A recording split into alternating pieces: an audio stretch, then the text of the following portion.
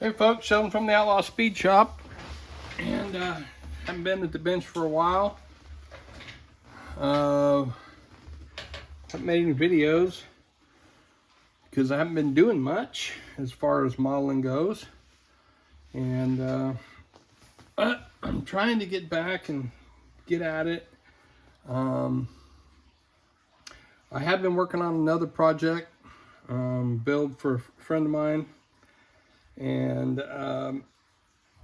it was going fairly well, and it's just a stock little 65 Nova, and paint came out okay, but I was all out of the bare metal foil that I had, so I had some other stuff, and it was awful. And then the other stuff I had on top of that was awful. The car is 90% bare metal foil, but it sucks. So I'm gonna have to, I ordered some new bare metal foil directly from the bare metal foil guy, so hopefully it should be good. And so I'm gonna strip all that off and start over again on that project. But yeah, it's just been one of those things that just, you know, every time I try to do something, it's always something going on, you know. I have been painting figures. I have been painting my orcs that I had 3D printed. So I've been doing a little bit of that, and you know, just really haven't been up to doing any modeling for whatever reason. So yesterday I decided, well, what the hell? My plan was, well, actually, a week or so ago, I decided to go and fire up the lathe and go. I still got a bunch of tires, just like these, that I have to go and cut the backside open for the back piece to fit in. A lot of these are standard size, so some of the wheels I use for them, they work. Some, you know, I still got to drill some out, but the majority of them. So, but I use two different wheel backs, which is that one, which is one that I made, which goes with these wide 5 tires, so you can get the same look on the backside. That's actually part of the hub assembly that came off of the Revell ASA cars.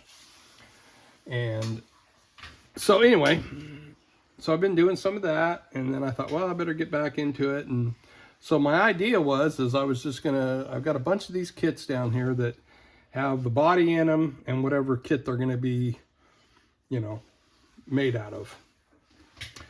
And so I thought, well, I'll go through and make sure these kits have, you know, go through and make sure that they start having putting the wheels to the kits and, you know, the other parts. And so the first one I grabbed was this little Studebaker, and the only thing that was in the box was the body, big donkey resins body, Studebaker, and a 57 Chevy, an AMT 57 Chevy frame. So I started, well, let's get some pieces together. So I started puttering, and so basically I took the reason I like this frame is simple. It's because back in the 60s and 70s, there was a lot of cars that were built off of this frame. 55, 57 frame was a real popular car. You know, they started out as actual 55, 50, mostly 57s. I don't know, there's a lot of 57 stock cars, but, you know, they started off with just that's what they started with. And it was you know, and that's just how they built things. And they used that whole, you know, setup for a long time, you know, up into the 70s until the mid 70s. Because I remember they started going with, like, I guess the first thing they started doing was just when they were building cars with the new like 70s style front snouts and stuff like that. But when I was a kid, there was still a lot of these old cars built off of old stock 57 Chevy frames around. So I like to use them. And the other thing is I built this same setup that I'm doing here once before. Same chassis, but it was an AMT, just a stock body that I used, and I built a little dirt car on a 57 frame with a 53 Studebaker, I guess that's what that is, and with a little 6-cylinder in it, and I painted it black and gold, and it had the number, I guess it was number 7. It was like a Smoky Unique paint job and everything. And I'm pretty sure my buddy Gary has it now. And I always loved that car, and I came across a picture of it a while back, and I thought, you know what, I'm going to build me another one of those. So that's kind of where this whole thing came from. So that's where we're at. So the frame, I didn't have to do any modifications to it so far. I think I had to trim the bumper brackets off. That's basically it. Stock frame, get rid of the bumper brackets, and I still got to get rid of a couple mounts and stuff now. Whatever. And I went with, originally I was going to go leaf springs. But, leaf springs, you got to, well, this one you wouldn't have to. It's already got mounts. I could have put leaf springs in here real easy. Whatever. But the thing is when you have a leaf spring in here, it's that much less farther you can get the tires in there for actually having a little bit, and I'm not running huge tires on here, as you can see. So, plus it's easy. And I got a bunch of these AMT kits. So you just cut the thing down, get it to fit in there. You can kind of work with your ride height and everything a little bit. And the only thing, so I just basically made a little bracket here to hold the coil springs, and we still got these shocks. On the front, I believe I'm going to use the stock bottom A-frames and the spindles, but I'm going to use some tubular uppers, I believe. I already made some little mounts here, and I'm going to do some trimming on that big ass cross member in the middle there, and I'm not exactly sure. I've fiddled with these before, and you can really open up a can of worms if you're not real careful here.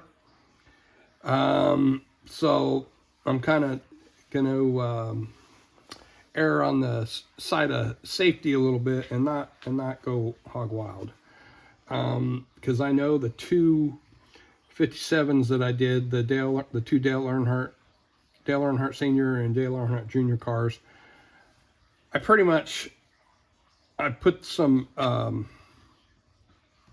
A-frames with coilover shocks on them, some 3D printed ones that I had, and that was a lot of work, and I just don't see any reason to really go through all that right now. But I am going to do a little bit of, once we get to the roll cage and all that. So yeah, pretty simple. Had to do a little firewall work. Still needs a little bit more work to get the hole closed in there. Because I have a whole, well, I don't have one bag, I have several bags of these 57 Chevys because I've used them so much. So I went in and grabbed a floor pan.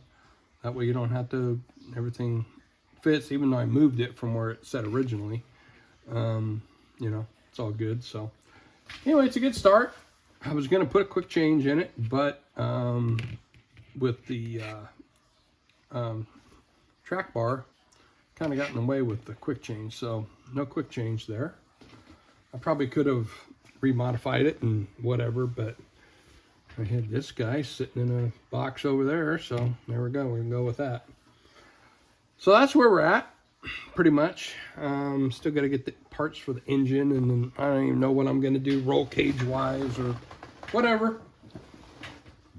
The main thing is just getting back in, getting something done. I'm probably going to fill the top of these rails and these here where these whole, you know, because when you got the full floor pan on there, you can't see all that stuff. So, but I kind of like to do that. It's kind of a pain, not a pain in the ass, but it does take a little bit of time. But I think in the end, for me, it looks better and whatever. And like I say, at this point, whether the thing even gets finished or not is a whole nother. But just getting it built, getting all the parts together, and that's the main thing. That's what we're trying to finish right here. What else? Oh, a couple things. I mean, most of you people know what's going on, built models, whatever. But I kind of came across a couple things, and even if I can remember them, the other problem I've been having some semi-serious memory issues. So sometimes things are just not there the way they used to be. And I actually did a video last week, but I couldn't put it. It was a terrible rant, and just because not being able to find things, not being able to remember things, it's kind of a pain in the ass. But I've seen a couple things, and I don't react to a lot of stuff on Facebook as far as, you know, whatever, because that's just, you know, sometimes you got to say something not. But I do see a lot of, especially new modelers, and a lot of guys when they build a model. Of course, me, I don't know. I'm going to say I've easily built 500 models or more, easily. So I've been around this block, and the reason all this comes to is the fact that I've built all this in one piece, and it's all glued together. Well, for one thing, it's all going to be painted the same color. So what is the reason of having a whole bunch of separate parts that are going to be painted the same color that you're trying to deal with being able to not hold stuff together? So as much stuff as you can put together that's going to be the same color pretty much, even if it's not, even if you got a few little things on there, you got to come back and brush paint with something else, you know, put as much stuff together as you can. I mean, I've seen guys where they paint each individual part, and I'm like, whoa, you guys are making this way too complicated. And same thing, put your engine together, put all the parts together, everything, you know, if you're building a stock, you know, the heads, the whatever, transmission, doesn't matter, you're going to paint the transmission orange, you can always come back and paint over it with another, you know, aluminum or whatever. But again, put as much stuff together as you can, so you don't have to try to put all that stuff together after it's painted, because it's a pain in the ass. Now this one, it'll have the full roll cage, it'll be, the rear end might not be in it because I may want to paint that a separate color or do some other stuff like that. Same thing with, but I mean, I'm going to build the roll cage, I'm going to build everything, and it's going to be all, once it's ready to paint, it's going to be all one thing. So I know that doesn't work on everything, but I mean, I built, I don't know how many Monogram Revell, you know, NASCAR kits, a couple hundred of them. And, you know, when I would do the frame, put the whole chassis together. I would usually paint them separate. Maybe nowadays I wouldn't. Maybe now I'd put the whole damn thing together. But, you know, save yourself some time. It's a lot easier to glue stuff together before it's painted than after it's painted. So, anyway, that's all I had to say about that. So, let's see. That's where we're going to go. What's up, bud? What? Huh? Hi, bud. Say hi, everybody. Yeah, old buddy still. He's getting kind of feeble, but he's still hanging. Hi, bud. Hi, bud. What you doing? Did you go outside? Oh, you got a little sun on your back? Good boy. You want to talk to the peeps? Huh? Okay, come on. Oh, let's get you over here. Oh, yeah. Hi, everybody. There's old bud. He's kind of old, but he's still hanging. He's still hanging, still having fun. Yeah, you just sit down here and go back to sleep, buddy. Whoa, I don't know where we're at here. Hopefully this isn't messed up too bad. But anyway, that's really kind of all there was. Just like I say, I haven't been on doing much. Hasn't been trying to do more stuff. I do have a thing. I don't know. Maybe comment. I've been seriously thinking, actually, about getting a 3D printer. After I had my friend print those figures for me and how beautiful they are and everything, and just the amount of stuff these days, I'm seriously thinking about it.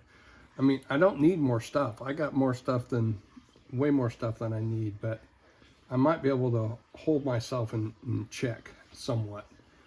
I mean, I have a lot of 3D parts up here. Some of the stuff is pretty good. I don't know. Ooh, buddy booger.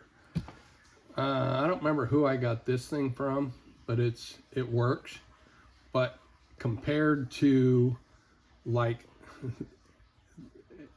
and this is a couple years old, it just shows the difference. So when you go from the other stuff I have up there, which is all done through whatever that company is, Shapeways. And again, with them, you could order things in different qualities, and so, you know, whatever. But I think this new, you know, the new liquid resin printing that they're doing now, especially compared to the figures that I got, are just amazing. So I'm believing that the quality of the car part stuff is gonna start getting better, you know, than what it was. Which brings me back to my original thought, and it just happens to be on my bench here. I made a resin. This is actually the mold or the Masters. I made this 34 Ford dirt car, and I don't know, I still got probably a dozen of them or more, and I've built a couple of them, and they turned out to be really nice old jalopy material, because they weren't very good. They had holes, they had whatever, but that's not. But the point now is, with the 3D printer, and I've been doing some research, and I've talked to a few friends. You know, printers aren't well, I'm not gonna say they're, $400 or $500 or whatever, and plus some other stuff. So, you know, by the time you get all your stuff, you're probably into it $1,000 or whatever. But you're limited to printing whatever files you can get or buy or whatever. Well, now that these scanners are coming out, and these scanners are running around probably $800, something like that. My original plan with this thing, is I wanted to make a whole kit. And I have enough parts spread out all over here. I mean, I can put, I would say that I got 90% of the parts that I've, cast and whatever over the time. I mean, I've got front ends, I've got rear ends, I've got engines, transmissions, wheels and tires, seats, steering wheels, so probably everything but a roll cage. And on an old thing like that, it's pretty simple. There ain't much for a roll cage. Well, again, my whole idea is I wanted to make a whole kit, but I just never got everything together and everything. But I'm thinking now with this 3D printing that it might be more of a reality than before. So I've been kind of, just like this, if I can just scan this piece, however that works, I don't know, and print them, and then, go through and I mean, that's always kind of been a dream of mine to make my own kit. It'd be cool to have a 34 Ford and a 32 Ford and maybe a 36 or 37 you know, just some old, the kind of old, I mean, start with that, but I mean, the what you can do is unlimited. I mean, I went through this whole thing with Jimmy Flintstone trying to get bodies, and I got one body. I got my Camaro body. I mean, I do have a Barracuda body, but I haven't got any of the other ones. But that's just a body, and you know, which is fine because they were meant to use on the NPC kits, you know, and so that was kind of that. But that whole thing fell through, so I was never really able to go to take that to the next step where I could take those kits and the body and my other parts and put it into something, you know, that I could sell that was complete. And so anyway,